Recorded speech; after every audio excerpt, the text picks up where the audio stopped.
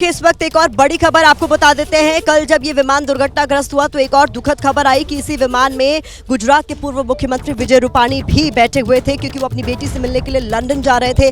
वो भी इस हादसे का शिकार हुए, उनकी दुखद मौत हुई है। और अब बड़ी खबर ये आ रही है कि परिवार से डीएनए सैंपल लिया गया है। विजय रूपाणी के परिवार वालों से डीएनए का सैंपल लिया गया है। ये इस वक्त का बड़ा अपडेट आपके लिए हम बता रहे हैं। हादसे में गुजरात के पूर्व सीएम विजय रूपाणी का निधन हो चुका है और शव की शिनाख्त के लिए डीएनए सैंपल चूंकि बहुत जरूरी बताया जा रहा है। जिस तरीके से शवों को बरामद किया गया है, जिस तरीके से उन्हें अस्पताल पहुंचाया गया, जिस हालत में, उसके बाद डीएनए सैंपलिंग ही एकमात्र रास्ता, एकमात्र विकल्प बचा था इन शवों की पहचान के लिए। ऐसे में बहुत महत्वपूर्ण है डीएनए सैंपलिंग। मैं अपने सहयोगी मृत्युंजय का एक बार फिर से रुख करना चाहूंगी। हलचल लगातार बढ़ती हुई क्रैश साइट पर नजर आ रही है। मृत्युंजय, बिल्कुल प्रतिमा, जैसा हम तस्वीरों में दिखा रहे थे कि एनडीआरएफ की टीम की तरफ से हलचल अचानक से बढ़ गई थी। हमने उनसे बात भी की और उनसे पूछा कि अचानक से स्ट्रेचर और डॉग स्क्वाड की आवश्यकता क्यों पड़ गई। तो उनका कहना है कि बहुत सारा मलबा जो है अभी भी है और हम जस्ट सुनिश्चित करना चाहते हैं कि कोई अंदर मलबे के अंदर ना दबा हो, और इसीलिए हमें डॉग स्क्वाड की मदद ले रहे हैं और हमारे इक्विपमेंट हमारे साथ होते हैं, तो इसलिए हम स्ट्रेचर भी अपने साथ लेकर अंदर की तरफ जा रहे हैं। चूँकि ये जो कैंपस है काफ़ी बड़ा कैंपस है और ये जो इम्पैक्ट हुआ था इस क्रैश का, इसका असर काफ़ी दायरे में रहा।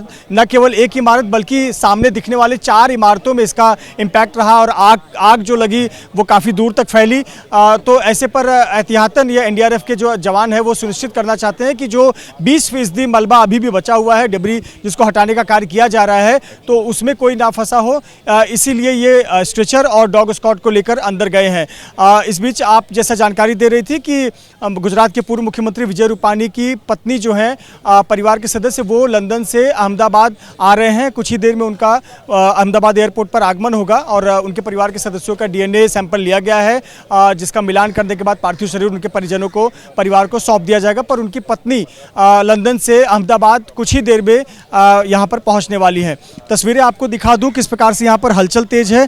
कॉर्डन ऑफ किया गया है पूरा परिसर और सामने आपको जो बैरिकेड नजर आएगा, मैं तस्वीरों में जो हिस्सा दिखा रहा हूँ, जो ढहा हुआ दीवार का हिस्सा है, वहाँ से देखें तो सभी की निगाहें उस क्रैश साइट की तरफ है, जहां पर अचानक एनडीआरएफ के जवान भाग कर गए हुए हैं स्ट्रेचर के साथ में, अपनी डॉग स्क्वाड टीम के साथ में। तो क्या दीवार के पीछे ऐसी कोई हलचल हो रही है, जो कोई अपडेट हो, इस पर हमारी निगाहें हैं। लेकिन निश्चित तौर पर जिस प्रकार से आप जिक्र कर रही थी कि 18-19 घंटे बाद तस्वीर जो है वो मातम भरी तस्वीर है।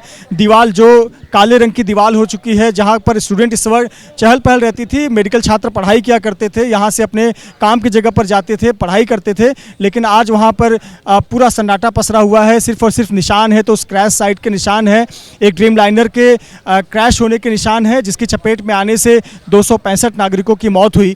और फिलहाल चूंकि वीवीआईपी मूवमेंट भी होने वाला है, प्रधानमंत्री भी यहाँ पर 9:30 बजे तक आ सकते हैं, तो ऐसे पर कई हम देख पा रहे हैं कि वाहन जो कि सिक्योरिटी के वाहन हैं, जैमर हैं या फिर अन्य वाहन, वो यहाँ पर लाए जा रहे हैं। लगातार मूवमेंट है। गुजरात पुलिस के वरिष्ठ अधिकारी, डीजीपी रैंक के अधिकारी भी यहाँ पर घटनास्थल पर पहुँचे हुए हैं, ये सुनिश्चित करने के लिए कि सिक्योरिटी प्रोटोकॉल में कोई कमी नहीं रहनी चाहिए। वहीं दूसरी तरफ मलबा हटाने का कार्य किया जा रहा है। 80% मलबा हटा लिया गया था, जैसी कि जानकारी कल रात को ही आ गई थी, लेकिन 20% मलबा अभी भी है।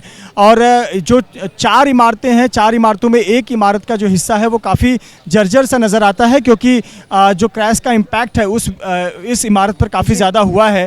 तो इस इमारत के आसपास रहना भी एक दुखदायक हो सकता है। तो एहतियातन इस परिसर को भी कर्मचारियों के लिए भी खाली करा दिया गया है, जो हम तस्वीरों के माध्यम से देख पा रहे हैं। जी,